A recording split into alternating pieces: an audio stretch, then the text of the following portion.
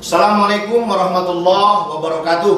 Waalaikumsalam warahmatullahi wabarakatuh. Selamat pagi. Pagi ya. Apa kabar semuanya adik-adik mahasiswa? Alhamdulillah. Alhamdulillah baik. Alhamdulillahirabbil alamin. Wa bihi nasta'in wa ala umuri dunya waddin. Wassalatu wassalamu ala asrofil anbiya'i wal mursalin wa ala alihi wa ashabihi ajma'in, amma ba'd. Pertama dan yang utama, mari kita mengucapkan rasa syukur kita kehadiran Allah Subhanahu wa taala. Salawat dan salam kepada Nabi kita Muhammad sallallahu alaihi wasallam.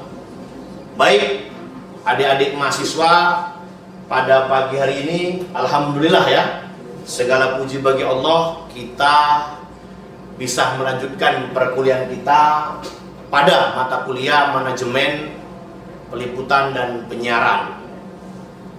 Pada kali ini kita coba untuk melanjutkan perkuliahan kita yang berhubungan dengan perspektif manajemen dan sarananya pada peliputan dan penyiaran ya. Bersama dengan saya dosen pengampu Ahmad Sampurna SOC MA, pada kesempatan ini saya mengajak kepada seluruh adik-adik mahasiswa bagaimana kita bisa memahami perspektif manajemen dan sarananya pada peliputan dan penyiaran. Baik, sebelum itu kita coba akan memahami secara teori dan secara pemahaman menurut kita apa yang dimaksud dengan perspektif manajemen dan sarananya pada peliputan dan penyiaran. Next. Jadi dalam konsep ini yang pertama kita akan melihat dari pendahuluan dulu ya, apa yang dimaksud dengan pengantar tentang pentingnya manajemen yang baik dalam industri media dan siaran. Yang kedua, penjelasan mengenai kompleksitas dan dinamika dalam peliputan dan siaran. Dua aspek inilah yang menjadi dasar bagaimana adik-adik mahasiswa mampu untuk menerapkan pentingnya manajemen yang baik dalam industri media dan siaran. Nanti kita lanjutkan dengan penjelasan-penjelasan tentang kompleksitas dan dinamika dalam peliputan dan penyiaran. Oke, baik, lanjut kita bahas tentang tantangan dalam manajemen peliputan dan siaran. Semua apa yang kita lakukan dalam kehidupan ini pasti punya tantangan ya adik-adik, punya hambatan. Dalam hal ini kita akan lihat apa tantangan dalam manajemen peliputan dan penyiaran. Yang pertama itu kita lihat dari sumber daya yang terbatas. Sumber daya manusia yang terbatas. Tidak semua pengelola media itu memiliki sumber daya manusia yang lengkap. Kadang-kadang terbatasan itulah juga yang menjadi penghambat satu proses peliputan dan penyiaran. Kita harus pahami tidak semua orang memiliki kemampuan yang sama, sehingga keterbatasan dalam sumber daya ini juga lah yang menjadi penghambat. Kemudian yang kedua, ada ketepatan dan objektivitas informasi. Ini meliputi apa? Menjaga kebenaran dan objektivitas informasi dalam menghadapi tekanan waktu. Kadang-kadang kita pas mau meliput berita di suatu tempat, kita itu sering sering melihat durasi waktu yang membuat kita itu kadang-kadang macam dikejar-kejar ya. Sehingga informasi yang kita hadapi itu tidak maksimal karena seiring waktu, itu hambatan. Kemudian tantangan menghindari bias dan opini yang tidak seimbang dalam meliput. Nah, kadang-kadang kita mencari berita di masyarakat nggak berimbang berita itu. Kalau nanti wartawannya ada dikasih sedikit uang transport ataupun uang lelah, uang kopi, dia membuat beritanya itu semangat. Kadang-kadang yang nggak ada pun diadakan. Tapi kalau nggak ada biaya transportasinya itu lemas dia. Bisa kadang-kadang berbagai macam alasan, sehingga dia bias informasi itu. tidak berimbang dia dalam masyarakat. Ini juga jadi hambatan kita waktu di lapangan. Baik, kita lanjut. Kemudian ada yang namanya koordinasi tim yang efektif. Kita harus mampu mengkoordinasikan tim. Karena kan dalam membuat berita ini kan nggak bisa sendiri, ada timnya. Reporternya, siapa yang turun ke lapangan itu harus bagus koordinasinya. Kalau udah koordinasinya tim yang baik, maka beritanya pun akan baik. Tapi kadang-kadang ini yang membuat jadi hambatan. Mengelola kerjasama antara wartawan, produser, dan teknisi itu harus jalan. Menjamin komunikasi yang lancar untuk mencapai tujuan bersama. Nah, itu dia. Kemudian ada lagi yang kita harus pahami setelah ini adalah bagaimana kita bisa memahami konsep perspektif manajemen dalam peliputan dan penyiaran itu. Dilihat dari segi manajemennya itu yang pertama, perencanaan yang matang. Bagaimana kita bisa membuat satu perencanaan, penetapan rencana kerja yang jelas dan terperinci sebelum peliputan. Kemudian identifikasi sumber daya yang diperlukan untuk setiap tahapan. Baik, kita lanjut, next. Baru yang kedua ada, setelah perencanaan ada pengelolaan risiko. Jadi tantangan risiko itu harus kita kelola. Apa itu caranya? Mengidentifikasi potensi risiko yang mengembangkan strategi pengurangan risiko. Kemudian siap menghadapi situasi yang tidak terduga selama peliputan. Apapun yang terjadi di lapangan, mau tidak mau seorang jurnalis dia harus siap menghadapi itu. Baru yang ketiga itu penentuan prioritas.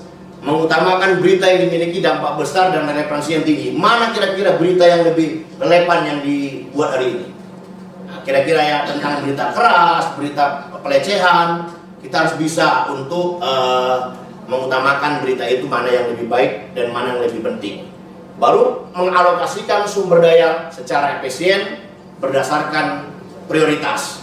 Mengalokasikan sumber daya secara efisien berdasarkan prioritas. Artinya apa yang ada itu kita berdayakan. Istilah pepatah, tak ada rotan akar pun jadi. Artinya apa yang ada itu diberdayakan. Jangan terus kita berputus asa gitu ya. Baik, lanjut. Kemudian sarana untuk meningkatkan manajemen peliputan penyiaran, yang pertama itu peningkatan kapasitas tim udah tadi. Kemudian pelatihan reguler, macam mana untuk mengembangkan keterampilan jurnalistik dan manajemen. Menggali kemampuan individu dalam tim untuk peran yang lebih luas. Baru yang kedua, teknologi dan alat bantu. Ini juga mempengaruhi ya, mengadopsi teknologi terkini dalam produksi penyiaran dan pengolahan konten. Memanfaatkan alat bantu untuk memudahkan tugas administratif dan pelaporan. Dengan kondisi hari ini yang neo digital, kita harus mampu untuk mengolah teknologi sehingga kita tidak tertinggal. Apalagi sekarang berita ini kan lebih cepat itu viral melalui media sosial ya, baik TikTok, YouTube dan lainnya. Kalau TV masih ada, radio udah mulai pelan-pelan tertinggal. Baik, lanjut next. Setelah nanti kita buat materi ini, kita akan ada evaluasi dan umpan balik. Melakukan evaluasi berkala terhadap peliputan dan siaran yang telah dilakukan. Apa kira-kira evaluasi berkala yang kita lakukan? Nanti akan kita lihat dalam bentuk apa evaluasinya. Kemudian menerima umpan balik dari penonton atau audiens untuk perbaikan berkelanjutan. Jadi mudah-mudahan dengan ini kita bisa melihat apa kira-kira yang menjadi umpan balik dari audiens untuk perbaikan berkelanjutan. Sebagai kesimpulan dari yang saya sampaikan ini, sebelum kita nanti masuki kepada sesi tanya jawab, mungkin nanti di ujung lah saya tarik satu kesimpulan. Baik, sebelum ini saya coba ingin memberikan kesempatan kepada adik-adik mahasiswa yang ingin bertanya, yang ingin memberikan argumen tentang seputar peliputan dan penyiaran di kita tinjau dari perspektif manajemennya. Silakan, ya. Assalamualaikum warahmatullahi wabarakatuh. Waalaikumsalam. Perkenalkan, nama saya Nadia Maharani. Saya ingin bertanya, apa pentingnya manajemen dalam peliputan dan penyiaran? Terima Baik. kasih. Ada lagi? Nah, silakan. Baik. Kenalkan, nama saya Mas Marpao. Di era digital, seluruhnya mengalami perkembangan, termasuk media informasi. Saya ini ada dikenal sebagai new media. Bagaimana efektivitas manajemen peliputan dan penyiaran dalam penggunaan new media sebagai media informasi? Sekian, saya kembalikan. Baik. Seberapa banyak pentingnya manajemen dalam peliputan penyiaran? Memang yang harus kita pahami, kita belajar beberapa teori-teori tentang konsep manajemen. Itu kan ada namanya planning ya, ada organizing, ada controlling, ada actuating. Jadi prinsip-prinsip manajemen ini kita gunakan untuk meliput. Contoh, kita mau disuruh oleh pengelola media untuk turun ke lapangan untuk meliput satu berita, misalnya acara. Contoh, turunnya Jokowi yang baru-baru ini ke lapangan Astaka tentang rembuk dukungan apa namanya, dukungan Bobi. Kita disuruh ke situ. Sebelum kita meliput berita itu, kita harus gunakan planning, perencanaan. Apa kira-kira yang mau kita rencanakan di sana? Jangan nanti begitu kita sampai lapangan kita bingung apa yang mau kita buat, siapa mau dijumpai, siapa mau diwawancarai. Nah, perlu ada namanya perencanaan. Baru ada namanya organizing, ya, mengorganisasi. Jadi nggak akan bisa kita seorang media tanpa menggunakan konsep-konsep manajemen itu. Jadi penting benar itu manajemen itu untuk meliput dan menyiarkan satu berita. Tanpa ada perencanaan, maka peliputan kita itu tidak bisa berjalan dengan baik dan hasilnya pun tidak akan baik. Kemudian kita kaitkan dengan new media hari ini. Jadi memang sekarang kalau kita lihat kita itu lebih gampang mengakses berita, mengakses informasi itu dari new media, termasuk TikTok, termasuk YouTube, apalagi Instagram ya. Tapi harus kita pahami, kalau kita gunakan konsep manajemen sejauh mana prinsip manajemen, ya kita juga harus punya perencanaan yang matang. Jangan tertinggal dengan kondisi media hari ini yang sudah cukup luar biasa mempengaruhi sikap, mempengaruhi perilaku kita. Terlebih-lebih buat anak-anak kita yang baru muncul.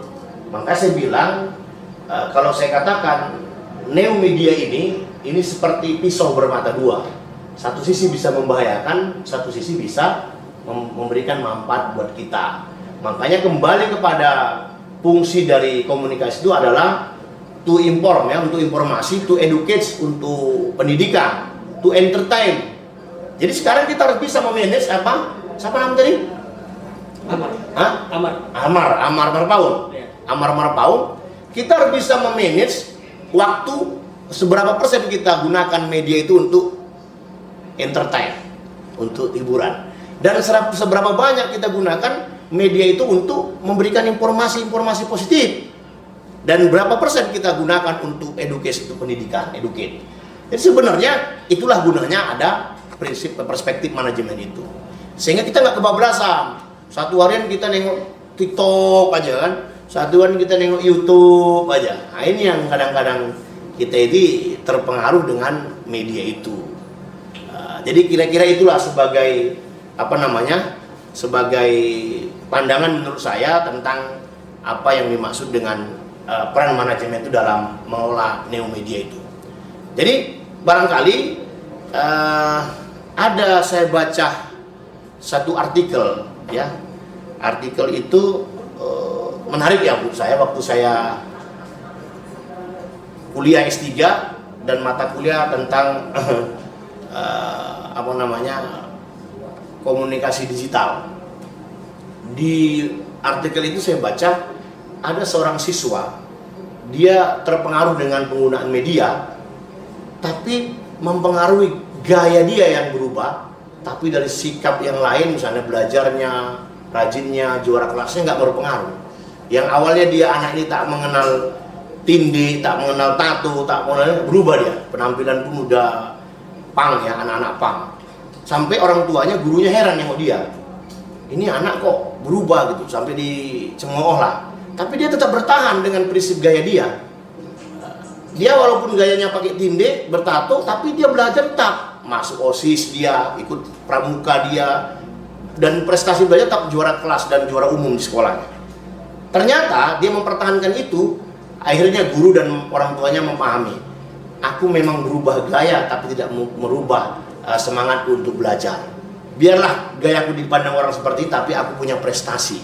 Ternyata banyak orang salah menilai kalau dengan gayanya bertato bertindik dia mengurangi kualitas. Ternyata tidak. Itu namanya Colin, seorang orang di Amerika.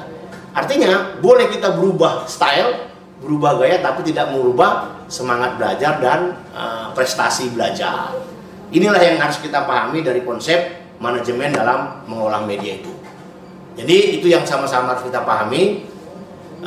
Mudah-mudahan apa yang saya sampaikan ini bisa bermanfaat buat kita semua. Sebagai kesimpulan, apa yang saya sampaikan ini dari beberapa pertanyaan, kita bisa merangkum betapa pentingnya manajemen yang baik dalam peliputan dan penyiaran itu, sehingga dari rangkuman ini akan muncul nanti pertanyaan untuk sesi-sesi tak jawab yang berikutnya dalam mengembangkan perspektif manajemen dalam peliputan dan penyiaran ini.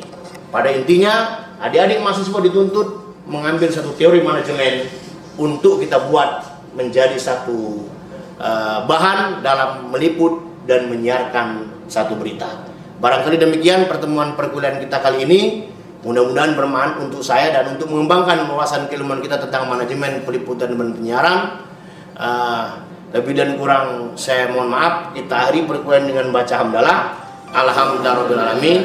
Billahi taufiq wa hidayah. Assalamualaikum warahmatullahi wabarakatuh. Waalaikumsalam warahmatullahi